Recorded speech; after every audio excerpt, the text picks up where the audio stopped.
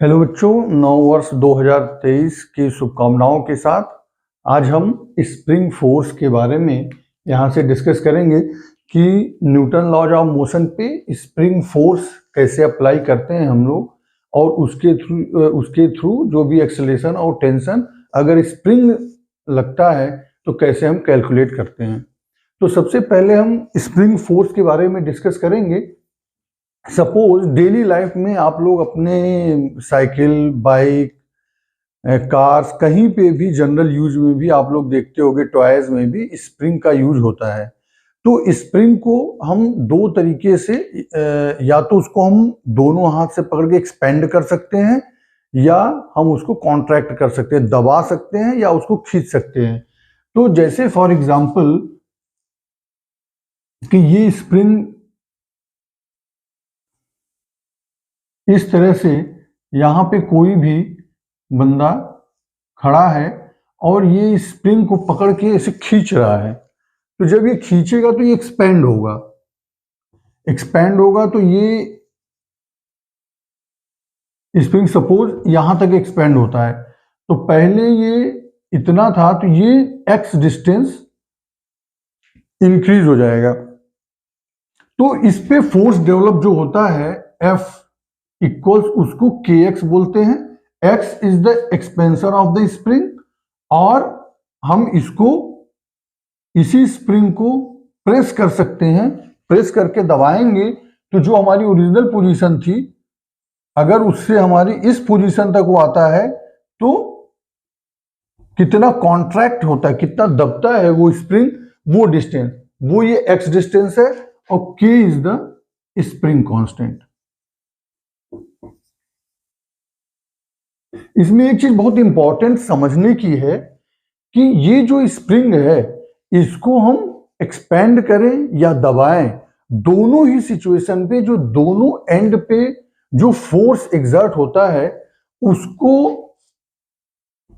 वो जो फोर्स हमारा होता है, वो फोर्स इस तरह से दोनों इस डायरेक्शन में एक्ट करेगा। अगर हम इसको इसे खींचेंगे तो दोनों फोर्स अंदर की तरफ एक्ट करेगा, या अगर हम इसको दबाते हैं तो ये दोनों बाहर की तरफ एक्ट करेंगे।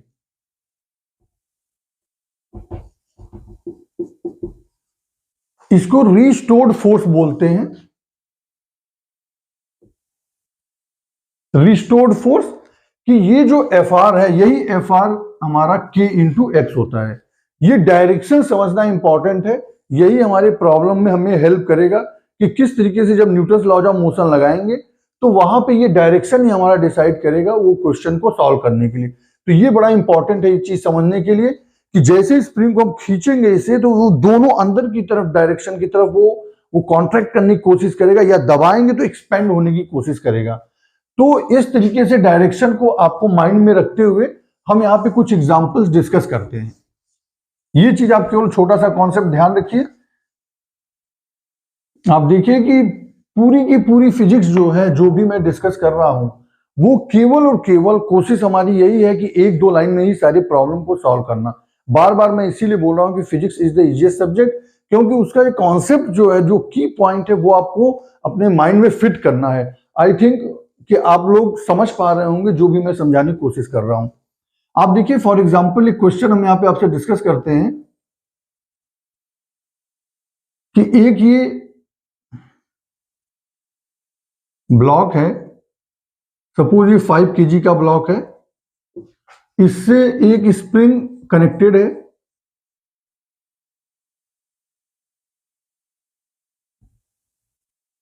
और ये 10 kg का ब्लॉक है। इस पे सपोज 20 न्यूटन का हम फोर्स अप्लाई कर रहे हैं। फॉर एग्जांपल 20 न्यूटन का हम फोर्स इस पे अप्लाई कर रहे हैं। तो जब 20 न्यूटन का फोर्स अप्लाई करते हैं तो इस पे जो एक्सेलरेशन होता है वो 2 मीटर पर सेकेंड स्क्वायर से ये मूव करता है। तो क्वेश्चन पूछा जाएगा कि इस पर क्या एक्सेलरेशन, उसी टाइम पे क्या एक्सेलरेशन क्रिएट होगा, क्या एक्सेलरेशन इस पे लगेगा, किस एक्सेलरेशन से मूव करेगा।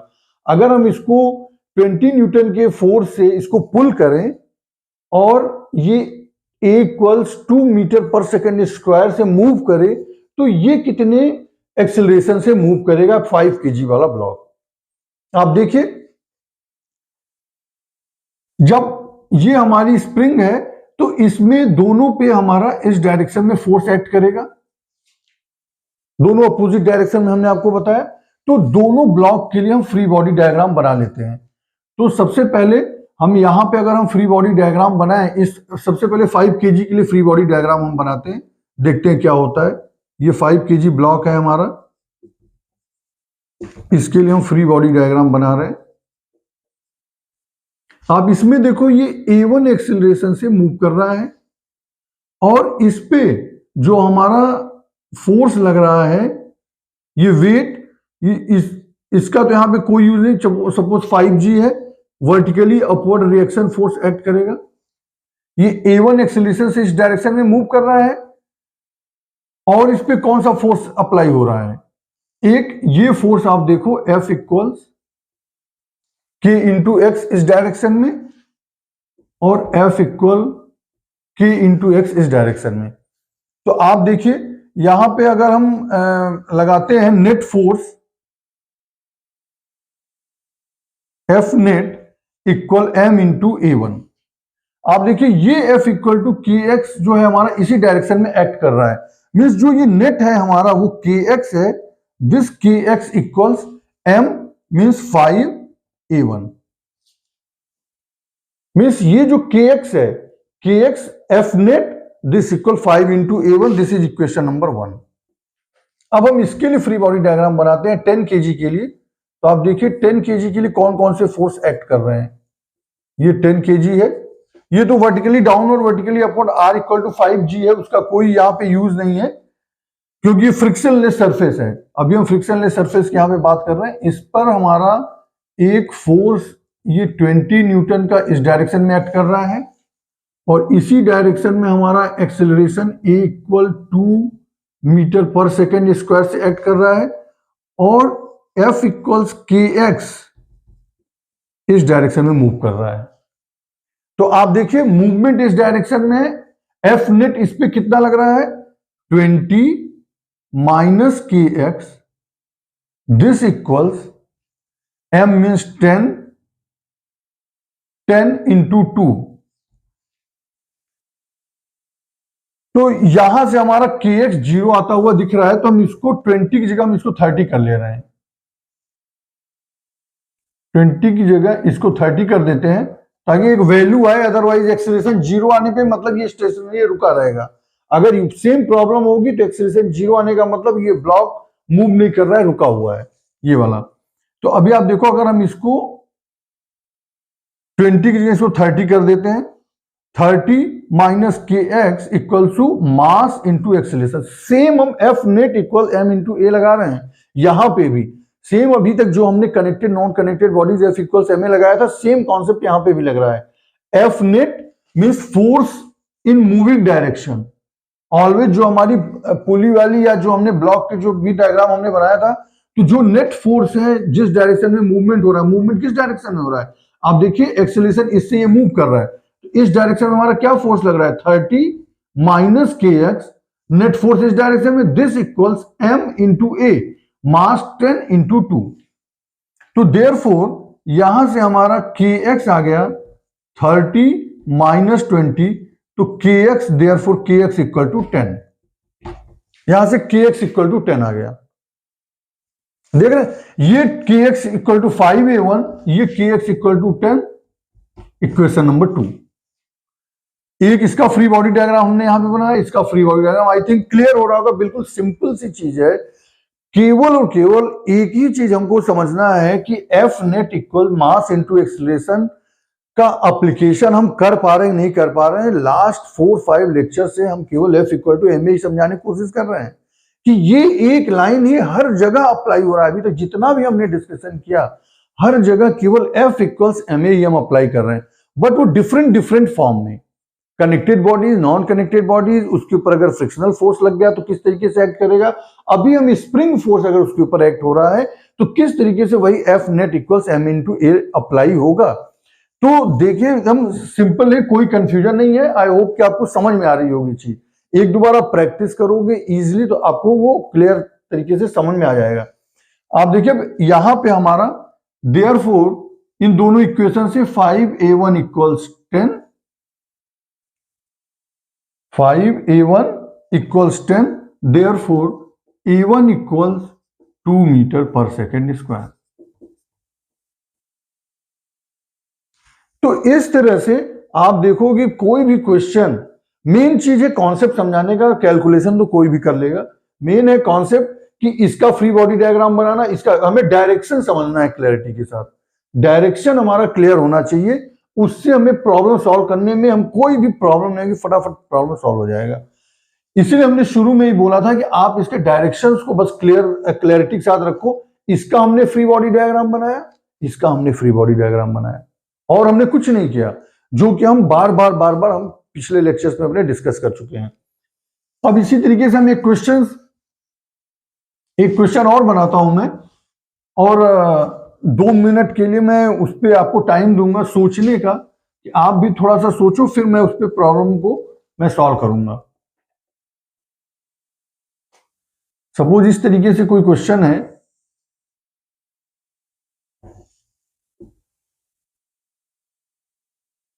एक ब्लॉक है, ये सपोज 40 kg है, फॉर एग्जांपल एक वैल्यू ले रहा हूं,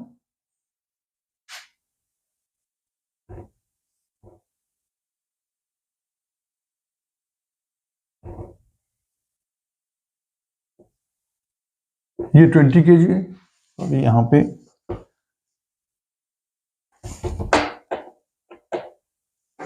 एक स्प्रिंग लगी हुई है, और इस स्प्रिंग से यहां पे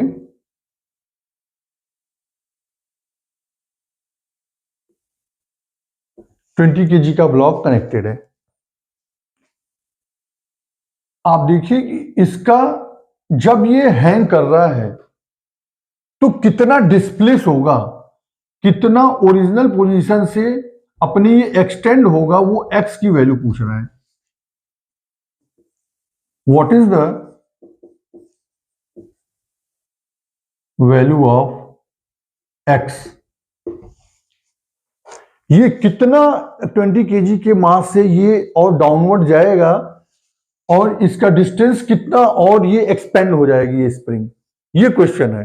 2 मिनट के लिए आप सोचिए, उसके बाद मैं इस प्रॉब्लम को सॉल्व करता हूं। सेम कॉन्सेप्ट पे मैं अप्लाई करूंगा, कोई भी नई चीज यहां पे हम अप्लाई नहीं कर रहे हैं। थोड़ा सा दिमाग जो है ना, उस बस वही कॉन्सेप्ट जो मैंने आपको शुरू में ही बोला कि जो हमने पढ़ा है उसी चीज को हमको यहाँ पे अप्लाई करना है, बस इतना ही है। उसके लिए अपने दिमाग को थोड़ा सा खोल के, और थोड़ा दिमाग जो है ना वो अच्छी तरीके से अप्लाई करना। अगर आपको एक बार समझ में आ गया कि F = ma हम कैसे कॉन्सेप्ट अप्लाई कर रहे हैं, तो कहीं पे भी कोई प्रॉब्लम नहीं होगी। आइए देखिए, देखते हैं। ये 20 g वेट से डाउनवर्ड एक्ट करेगा। यहां पे आप देखिए ये खींचेगा तो इसको अपवर्ड डायरेक्शन में Fr, और यहां पे ये डाउनवर्ड डायरेक्शन में Fr एक्ट करेगा।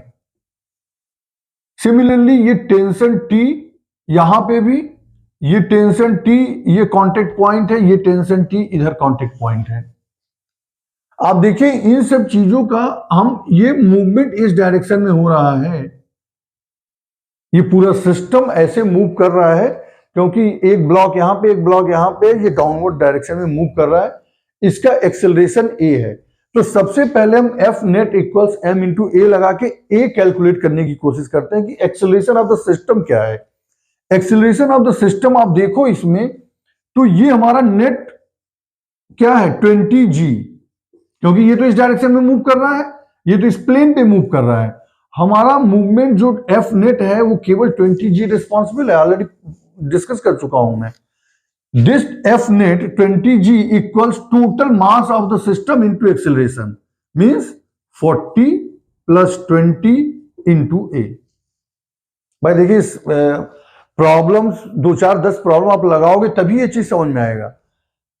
इसमें आप देखो इस तरीके से प्रॉब्लम मैं सॉल्व कर चुका हूं। F net means total net force on the system, केवल यही एक फोर्स है जिसके कारण ये मूवमेंट में आ रहा है। ये है 20 into g m into g, this equals F net equals m into a ही मैं लगा रहा हूं।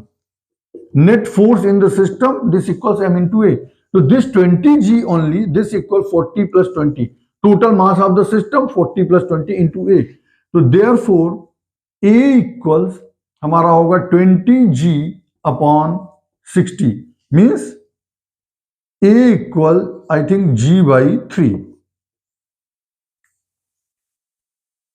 मीन्स ये ऑब्जेक्ट हमारा ये जो नीचे एक्सेलरेट करेगा वो जी बाई 3 एक्सेलरेशन से। ठीक है, अब आप आइए, अब हम देखिए यहां पे इस पे मैं फ्री बॉडी डायग्राम ले रहा हूं, अप्लाई कर रहा हूं इस पॉइंट पे, इसको मैं रफ कर देता हूं। ए इक्वल जी बाई 3 हमारा आ गया, एक्सेलरेशन ए इक्वल्स इस सिस्टम का जी बाई 3 आ गया हमारा। अब आप देखिए मैं इसका फ्री बॉडी डायग्राम बना रहा हूं।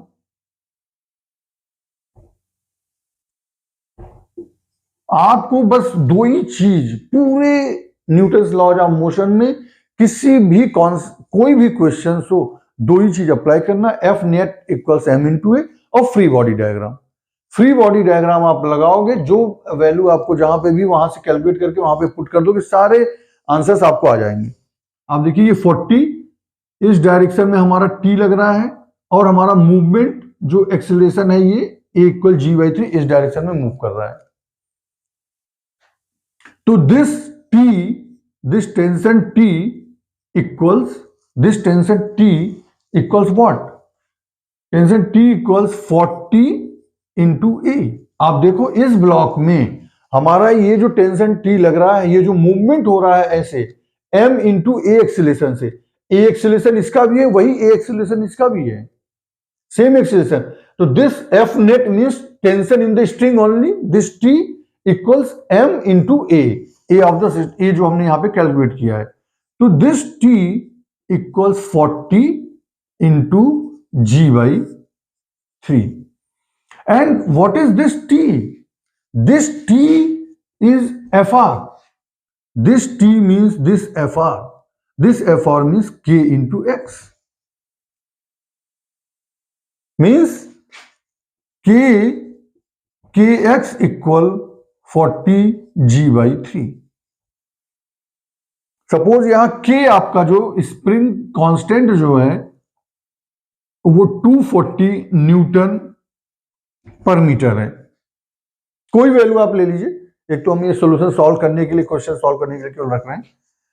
तो therefore 240 x equal 40 G by 3, therefore x equal 40 G means 10, 40 into 10 divided by 3 into 240 metre. आप इसको कैलकुलेट कर लो, जो आएगा उतना मीटर होगा। आप देखिए कितना सिंपल है, केवल एक्सीलरेशन ऑफ द सिस्टम हमने सबसे पहले निकाला। पूरे सिस्टम में ऑलरेडी बहुत बार हम इस तरीके से क्वेश्चंस को एक्सीलरेशन निकाल चुके हैं। एक्सीलरेशन ऑफ द सिस्टम हमने निकाला, उस एक्सीलरेशन को इस फ्री बॉडी डायग्राम से F net equal m into a किया, एफ नेट क्या है T equal m into a किया, और यही जो टी है, ये आप देखो ये जो टी है, ये जो टी है ये रिस्टोरिंग फोर्स ही है स्प्रिंग का, जो इसमें टेंशन डेवलप हो रहा है वही रिस्टोरिंग फोर्स है। T equals F R means के एक्स, वहां से हमारी एक्स की वैल्यू आ गई। वेरी सिंपल, बहुत ही इजी क्वेश्चंस होते हैं। बस ये है कि दो चार क्वेश्चन आप सॉल्व कर लोगे तो माइंड में एकदम कॉन्सेप्ट एकदम फिट हो जाएगा, और एक बार कॉन्सेप्ट फिट हो गया तो कोई भी प्रॉब्लम गलत नहीं हो सकती है। आप इजीली जो है क्वेश्चंस को सॉल्व कर सकते हो। आप खुद डिफरेंट डिफरेंट टाइप के क्वेश्चंस को बना सकते हो और सॉल्व कर सकते हो। देखिए कभी कभी कंफ्यूज भी करने के लिए इस टाइप से क्वेश्चंस को दे देता है, थोड़ा सा ऐसे क्वेश्चंस बना देते हैं कंफ्यूज करने के लिए, और वो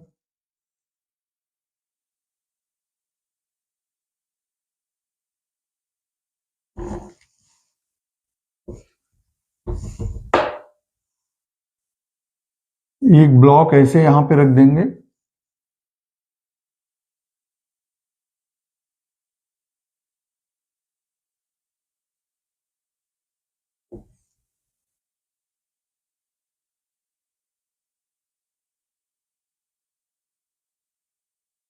ये m मास है और ये सपोज थीटा एंगल इंक्लिनेशन है।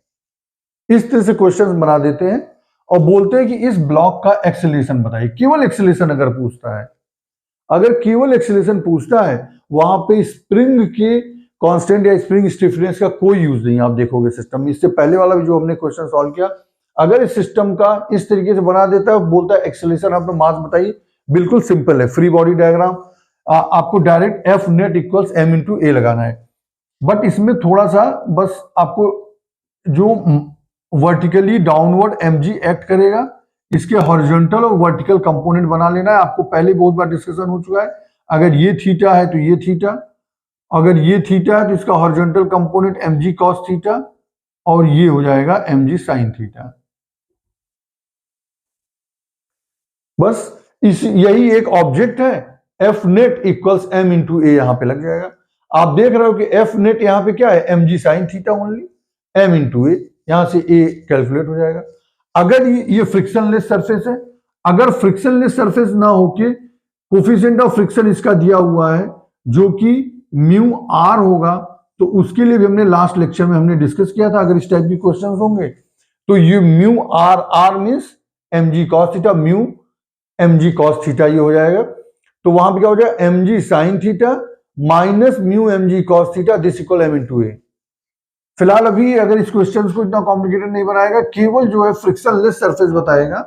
तो फ्रिक्शनलेस सरफेस अगर है तो ऐसे सिचुएशन में आप देखिए केवल आपको इसी पे F net equals m into a लगाना, इसका कोई इंपैक्ट नहीं है।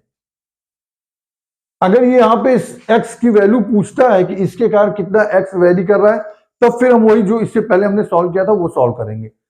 तो दो चार इस तरीके के आप क्वेश्चंस को जब आप करोगे तो बिल्कुल इस पे कॉन्फिडेंस हो जाएगा। और जब तक आप इसको करोगे, देखने से बहुत टफ क्वेश्चन लगता है बट है बिल्कुल सिंपल, केवल और केवल F net equals m into a ही है, नथिंग एल्स। और फ्री बॉडी डायग्राम, अगर दो तीन अननोन आपसे पूछता है तो फ्री बॉडी डायग्राम बनाना है। अगर एक्सीलरेशन पूछता है तो बस एक लाइन में F net equals m into a लगाना है। बस F net equal m into a बिल्कुल क्लियर होना चाहिए, उसके कॉन्सेप्ट में कहीं भी कोई कंफ्यूजन नहीं होना चाहिए। इस तरीके से आप क्वेश्चंस को आप सॉल्व कर सकते हो। और अभी इतने में ही हम न्यूटन्स लॉज ऑफ मोशन को क्लोज करते हैं। अपने नेक्स्ट लेक्चर में हम मिसलेनियस क्वेश्चंस, अभी तक जितना हमने स्टडी किया है न्यूटन्स लॉज ऑफ मोशन के ऊपर, जो मेनली फोकस जो हमारा कॉन्सेप्ट जो है वो एफ इक्वल्स एम इंटू ए समझने का है, उसी पे ही हम डिफरेंट डिफरेंट वेराइटीज के क्वेश्चंस को हम यहाँ पे प्रेजेंट करेंगे और डिस्कस करेंगे और सॉल्व करेंगे, केवल एफ इक्वल्स एम ए लगा के ही। Thank you very much.